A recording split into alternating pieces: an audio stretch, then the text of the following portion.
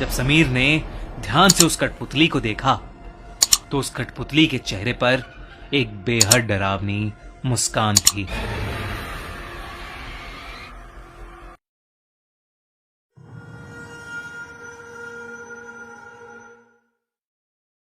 आप सभी ने अपनी लाइफ में कम से कम एक बार कठपुतलियों का नाच तो जरूर देखा होगा। कठपुतली वाला अपने हाथों से कठपुतलियों को नचाता है और न जाने क्या क्या करतब कराता है। पर क्या हो अगर ये कठपुतलियां कठपुतली वाले की मर्जी से नहीं बल्कि खुद ही की मर्जी से चलने लगे। समीर अपनी बेटी उर्वी को पहली बार मेला दिखाने लाया था। 10 साल की उर्वी के लिए वो एक बहुत ही नया एक्सपीरियंस था।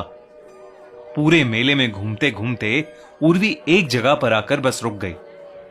उसके सामने कठपुतली वाला कठपुतलियों का खेल दिखा रहा था। पूरा खेल देखने के बाद उर्वी उस कठपुतली वाले से एक कठपुतली लेने की जिद करने लगी। समीर अपनी बेटी उर्वी को कभी किसी चीज के लिए मना नहीं करता था, पर उस कठपुतली वाले ने उर्वी को अपनी कठपुतली देने से साफ इनकार कर दिया। पर जब समीर ने उस मामूली सी कठपुतली के लिए उस कठपुतली वाले को खूब सारे पैसे देने की बात की तो उस कठपुतली वाले ने अपनी कठपुतली उर्वी के हाथ में थमा दी। कठपुतली थमाते हुए उसने सिर्फ एक बात कही, इस कठपुतली के साथ खेलना कभी बंद मत करना। उसकी बात को अनसुना कर उर्वी उस कठपुतली को अपने सीने से लगाकर घूमने लगी। उसी दिन रात को उर्वी अपनी नई कठपुतली के साथ सो रही थी। समीर रात में उसे गुड नाइट बोलने उसके कमरे में आया तो उसने देखा कि वो कठपुतली जमीन पर गिरी हुई थी। समीर ने उस कठपुतली को उठाकर साइड टेबल पर रख दिया। समीर जैसे ही कमरे से जाने लगा उसे किसी लड़की के रोने की आवाज आई। वो कमरे में वापस गया तो उसे कुछ नहीं दिखा, पर जैसे ही समीर की नजर उस टेबल पर रखी कठपुतली पर गई तो उसके होश ही उड़ गए। उस कठपुतली की आंखों से खून के आंसू निकल रहे थे। वो देखते ही समीर घबरा उठा और उसने उस कठपुतली को उसी समय घर की खिड़की से बाहर फेंक दिया। उस रात वो उर्वी के पास ही सो गया। अगले दिन उर्वी की आवाज से समीर की आंख खुली। उठते ही समीर ने देखा कि उर्वी कमरे के फर्श पर बैठकर उसी कठपुतली के साथ खेल रही थी। समीर ने तेजी से उठकर उस कठपुतली को उर्वी के हाथों से छीन लिया। उर्वी जोर जोर से रोने लगी। समीर ने उससे पूछा कि आखिर उसे यह कठपुतली कहां से मिली तो उर्वी ने बताया कि वो रात को उसी कठपुतली के साथ सोई थी और सुबह भी वो कठपुतली उसके बिस्तर पर ही थी। समीर को यकीन नहीं हो रहा था कि आखिर वो कठपुतली वहां कैसे पहुंची।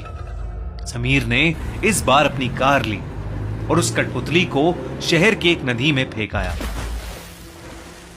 लेकिन जब वो घर वापस लौटा तो उसने देखा कि उर्वी अभी भी उस कठपुतली के साथ ही खेल रही है। समीर के होश उड़ चुके थे। उसे कुछ समझ नहीं आ रहा था कि ये सब क्या हो रहा है। उधर उर्वी अब उस कठपुतली को एक पल के लिए भी खुद से दूर नहीं करती थी। वो पूरा दिन सिर्फ उसी से बातें करती रहती और उसके साथ खेलती रहती। समीर के साथ अब रोजाना अजीबोगरीब हादसे होने लगे थे।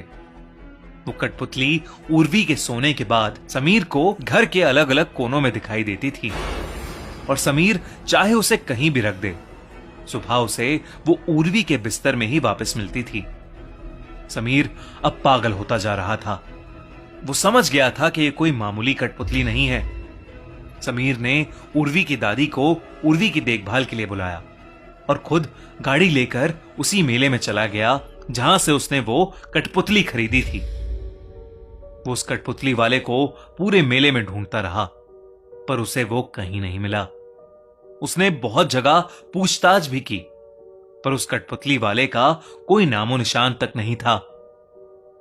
परेशान हालत में समीर घर पहुंचा और वहां जो उसने देखा उससे उसकी रूह ही कांप गई। उर्वी की दादी जमीन पर गिरी हुई थी और उसके सर पर एक गहरी चोट आई थी। समीर ने उनके पास जाकर उनसे पूछा कि आखिर हुआ क्या। तो उर्वी की दादी ने अधमरी हालत में सिर्फ एक चीज कही, उर्वी से वो कठपुतली वापस ले लो। तभी अंदर वाले कमरे से एक अजीब सी आवाज आई। समीर दौड़कर उस कमरे में पहुंचा तो उसने देखा कि बिस्तर पर उर्वी बैठी हुई थी और उसके दोनों हाथों में पतले धागे घुसे हुए थे। उसके शरीर के जोड़ एकदम वैसे ही लग रहे थे जैसे एक कठपुतली के होते हैं और उर्वी के सर के ऊपर वही कठपुतली हवा में तैर रही थी। उर्वी के हाथ और पैर ठीक वैसे ही चल रहे थे जैसे एक कठपुतली के चलते हैं। उर्वी मानो अब एक कठपुतली बन चुकी थी। समीर को अपनी आंखों पर विश्वास नहीं हो रहा था। वो बहुत ज्यादा डर गया था। उसने कमरे में रखे क्रिकेट बैट से उस कठपुतली पर जोर से वार किया और उस कठपुतली के टुकड़े टुकड़े कर दिए। उर्वी उसी समय बेड पर गिरकर बेहोश हो गई।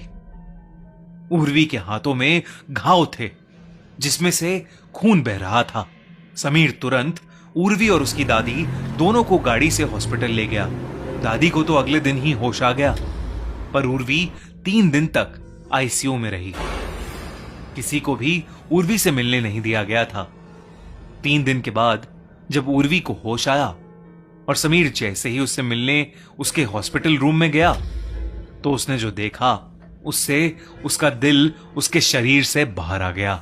उर्वी अपने बिस्तर पर ही लेटी हुई थी, लेकिन उसने अपने सीने से उसी भयानक कठपुतली को लगाया हुआ था। जब समीर ने ध्यान से उस कठपुतली को देखा तो उस कठपुतली के चेहरे पर एक बेहद डरावनी मुस्कान थी।